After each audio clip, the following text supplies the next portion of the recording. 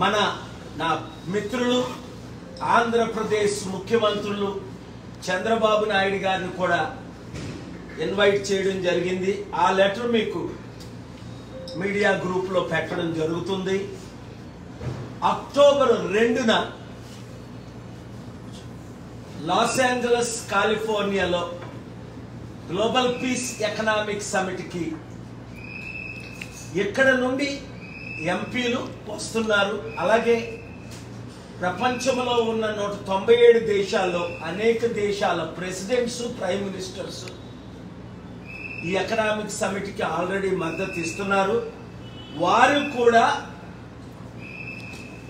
ఆయా దేశాల్లో India should lead అన్న సమిట్ కు అక్టోబర్ 2ని వివిధ టైముల్లో మద్దతు ఇస్తున్నారు. కనుక మీడియా ఓనర్స్ ని, మిత్రుల్ని నేను రిక్వెస్ట్ చేసేది ఏమిటంటే, రాజకీయాలు పక్కన పెట్టి ఆంధ్రప్రదేశ్ రాష్ట్రం దాదాపు 13 లక్షల కోట్ల అప్పు, తెలంగాణ రాష్ట్రం 7.5 లక్షల కోట్ల అప్పు, ఖజానా ఖాళీ అయిపోయింది, నేను ఇచ్చిన వాగ్దానాలు నెరవేర్చలేకపోతున్నానని ఎంతో బాధతో చంద్రబాబు నాయుడు గారు చెప్పడం మనందరం విన్నాం.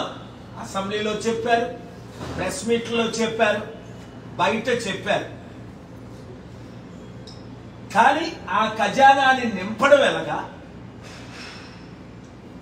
ఇచ్చిన హామీలు నెరవేర్చడం ఎలాగా అన్న ప్లాన్ తో ఈ లెటర్ నేను చంద్రబాబు నాయుడు గారికి పంపడం జరిగింది.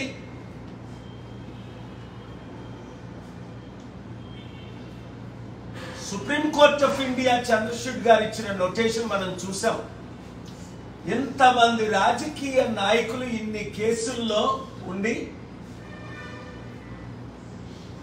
5-10 సంవత్సరాలు డిలే చేసి అభివృద్ధి చేయలేకపోతున్నారు అని నేను పర్సనల్ గా పార్టీ అండ్ పర్సనల్ ఆర్గ్యుమెంట్స్ చేయడం మీరు విన్నారు. కనుక అభివృద్ధి కొరకు మనం అందరం కలిసి రావాలి. చూడండి,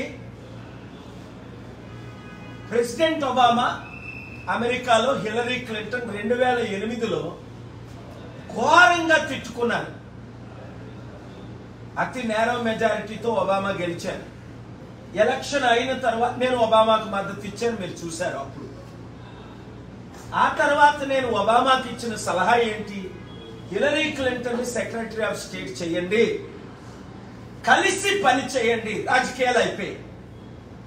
అదే ఇప్పుడు నేను చేస్తున్నాను, అందరికి ఇచ్చిన సలహా. ఒబామా ఏ విధంగా హిలరీ క్లింటన్ ని సెక్రటరీ ఆఫ్ స్టేట్ చేశారో, చంద్రబాబు నాయుడు గారు జగన్మోహన్ రెడ్డి గారిని పిలిచి, అలాగే ఈ గ్లోబల్ పీస్ ఎకనామిక్ సమిట్ కి మా ఖర్చులతో లాస్ ఏంజలస్ వచ్చి అటెండ్ అయితే 45 రోజులే ఉంది. అయినప్పటికీ అనేక మంది బిలియనీర్లు, ఇన్వెస్టర్లు కల్పిస్తారు. చూడండి, రేవంత్ రెడ్డి గారు ఈరోజు వచ్చారు, తిరిగి 10 రోజులు విదేశాలు వెళ్ళి ఖాళీ చేతులతో తిరిగి వచ్చారు. ఏ కంపెనీలైనా, అమెజాన్ కానీ, మైక్రోసాఫ్ట్ కానీ, 100 ఐటీ కంపెనీలు కానీ, రియల్ ఎస్టేట్ కంపెనీలు కానీ, ప్రపంచంలో అమెరికాలో ఇన్ని కంపెనీలు ఉన్నాయి.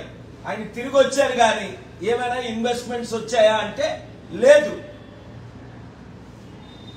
ఆంధ్రప్రదేశ్ సర్వనాశనం అవుతుంది కనుక రక్షించడానికి, అప్పులు తీర్చడానికి, లక్షల ఉద్యోగాలు తీసుకురావడానికి, వారిచ్చిన గ్యారంటీలు నెరవేర్చడానికి చంద్రబాబు నాయుడు గారిని నేను ఇమీడియట్ గా కలవడానికి సిద్ధంగా ఉన్నాను. నా మిత్రులు అయినప్పటికీ అవినీతిని నేను ఎప్పుడు ఎక్స్పోజ్ చేశాను.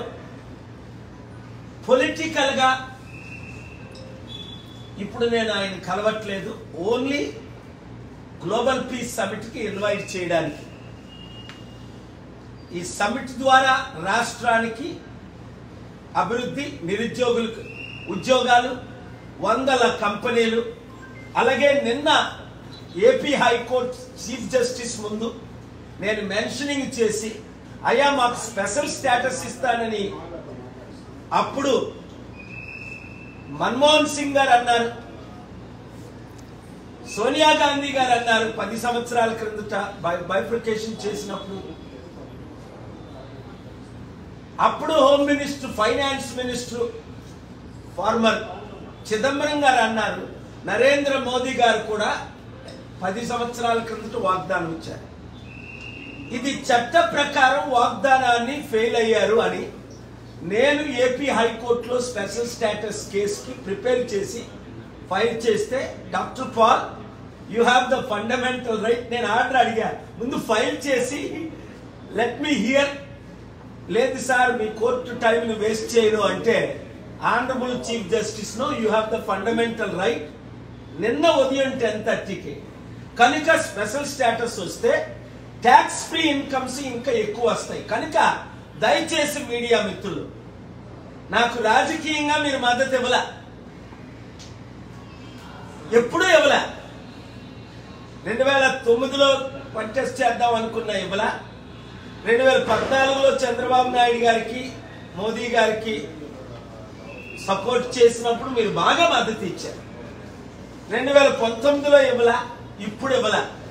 మరి ఎందుకో నన్ను ప్రేమించి మీరు నాకు రాజకీయంగా మద్దతు ఇవ్వట్లేదు, నేను రాజకీయంగా రాకూడదని, లేదా నిన్న కాక మొన్న కాంగ్రెస్ లీ మెరిడియన్ ఢిల్లీ హోటల్లో కాంగ్రెస్ లీడరు మల్లు రవి గారు, బీఆర్ఎస్ ఎంపీ లీడర్ రవిచంద్ర గారు అన్నారు, పాల్ గారు మీరు ఎన్నో ఇన్వెస్ట్మెంట్స్ తీసుకొచ్చారు, ఇప్పుడు కూడా అలాగే ఇన్వెస్ట్మెంట్ తెండాలి. నేనేం చెప్పానంటే, ముఖ్యమంత్రులు నాతో వస్తానన్నారు రేవంత్ రెడ్డి గారు, అనేక మీటింగులు పెట్టాను.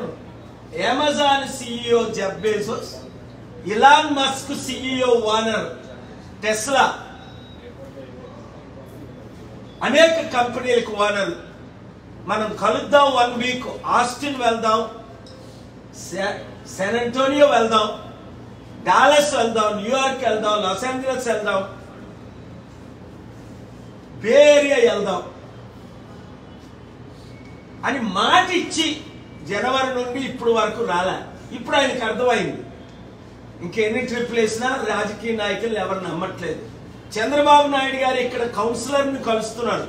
కౌన్సిలర్ అంటే 200 దేశాల్లో 200 అంబాసిడర్లు ఉంటారు, 2000 మంది కౌన్సిలర్స్ డిసైడ్ చేయరు investments, presidents, prime ministers decide చేస్తారు. 2891 worlds richest Forbes billionaires decide చేస్తారు.